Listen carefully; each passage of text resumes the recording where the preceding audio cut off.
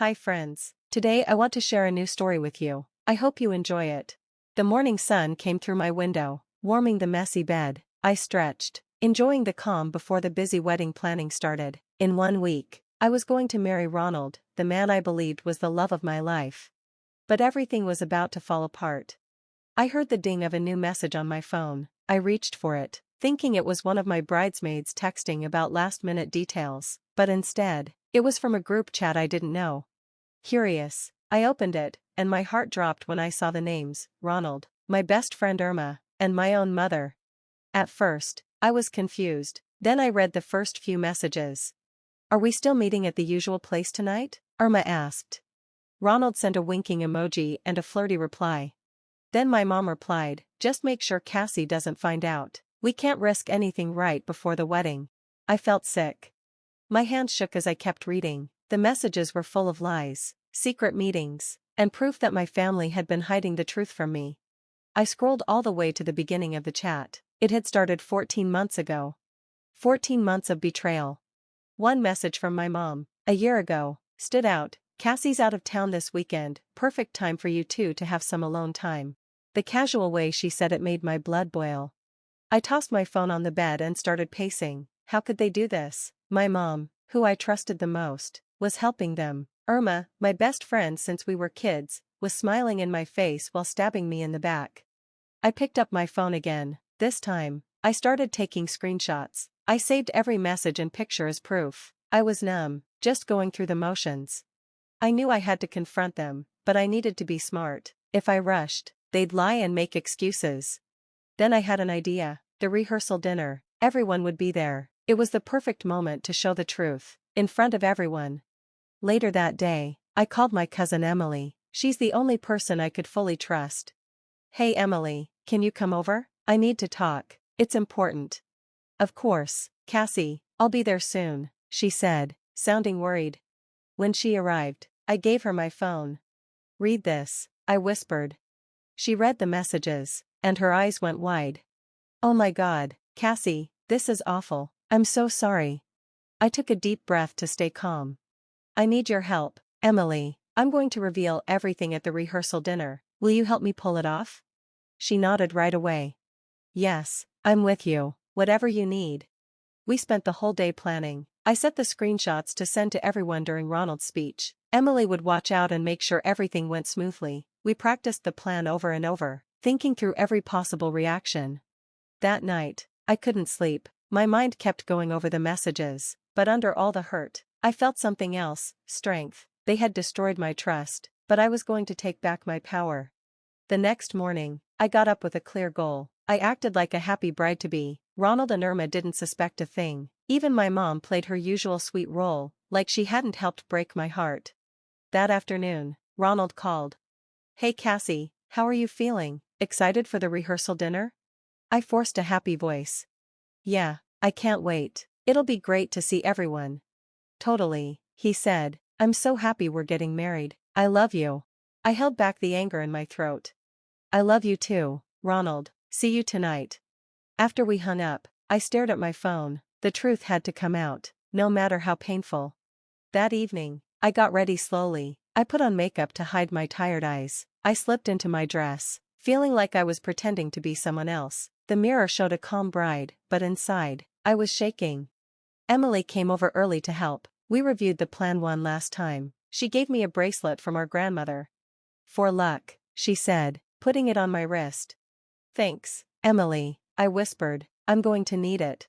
The restaurant was already full when we got there. Fairy lights twinkled, and everything looked beautiful. I looked around and saw Ronald and Irma laughing at the bar. My mom was nearby, chatting and smiling. They had no idea what was coming. Emily squeezed my hand. "You've got this, Cassie, just breathe." I nodded and smiled at the guests, pretending to be happy. The screenshots were in my purse, ready. Ronald walked over with a big smile. "There's my beautiful bride. You look amazing." "Thanks, Ronald," I said, keeping my voice steady. "You look nice too." He leaned in to kiss me, and I turned my face so he kissed my cheek. "Sorry, just don't want to smudge my lipstick," I said.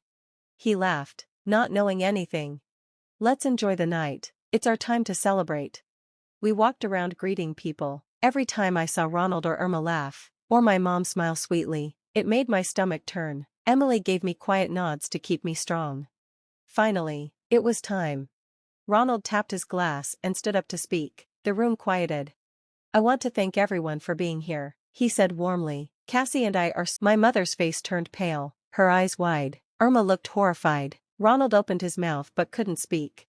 How could you? I said, my voice trembling with anger and pain. How could all of you betray me, my own mother, my best friend, and the man I was going to marry? The room erupted. People shouted, cried, scanned their phones. My aunt stood up, her face red. How could you do this to Cassie? She yelled at my mother. She's your daughter. My mother's calm mask shattered. I never wanted her, she screamed back. She's been a burden since the day she was born. Everyone froze at her words. Logan, my father, stepped forward, pale. Is that true? Have you been unfaithful all these years? He asked, voice cracking. Her silence said it all. Logan turned to me, sorrow in his eyes. I'm so sorry, Cassie, I didn't know.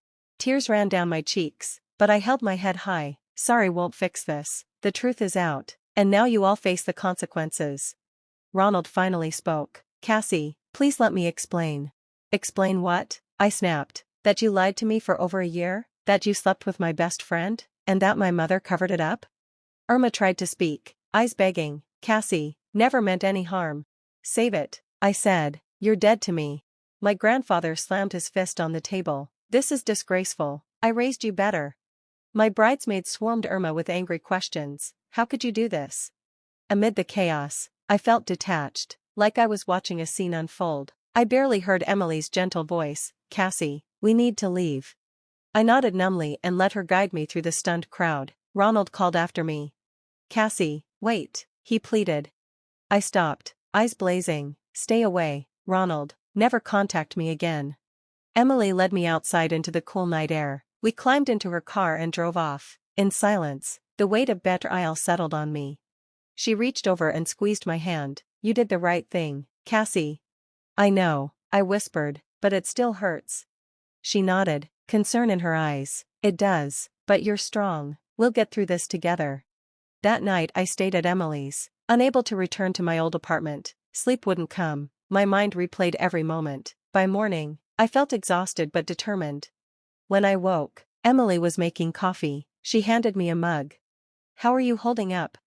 Like I was hit by a truck, I said, sipping the hot, bitter brew. That's normal, she said softly, but you'll heal, one day at a time. Later, Aunt Linda and Cousin Rachel showed up at the door. Linda hugged me tight. You shouldn't be alone, she said. Emily nodded. Go with them, Cassie, you need family right now. I packed a bag and left with them. Their home felt safe. On the drive, Linda said, your mother blew up. She blamed you for everything. I closed my eyes, feeling the betrayal all over. Rachel added, Logan realized who she truly is. At their house, Linda set up the guest room. Stay as long as you need. Thank you, I said, tears in my eyes. Over the next days, I found a new apartment and took leave from work. One afternoon, Logan called. Cassie, I'm so sorry, I never knew. I've filed for divorce. It's not your fault, I said. There was a pause, then he said, there's more. You're the child of an affair your mother had. I'm sorry. My heart skipped. What? She admitted it. I know it's hard. I suspected, I whispered, but it's a lot to hear. I'm here for you, he said. You're still family. Thank you, I said, tears falling. That means a lot. Hung up, I sat quietly. My world felt unsteady, but I refused to break. Nathan, a true friend, stepped in, returning Ronald's things and keeping me company. One evening on Linda's porch, he asked, how are you really doing? Some days I'm drowning, I admitted. That's okay, he said. I'm here for you. Thank you, I said. I don't know what I'd do without you. Weeks blurred in legal papers, moving boxes, tough conversations, news of the divorce spread. My mother's reputation lay in ruins.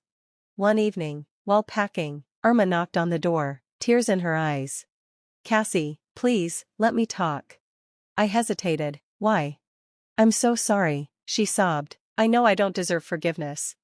Do you regret hurting me or just getting caught? I asked. She flinched. I messed up. I never meant for any of this. That doesn't change anything, I said. Goodbye, Irma. As she left, I felt a strange peace. I'd spoken my truth. With Emily, Nathan, and my family's support, I began rebuilding. I moved into a small apartment. I started therapy to heal. One day, Nathan brought a small plant as a housewarming gift. I thought this might brighten things, he said. It's perfect, I replied, warmth in my chest. Thank you. We placed it on the windowsill together, and I realized, despite the pain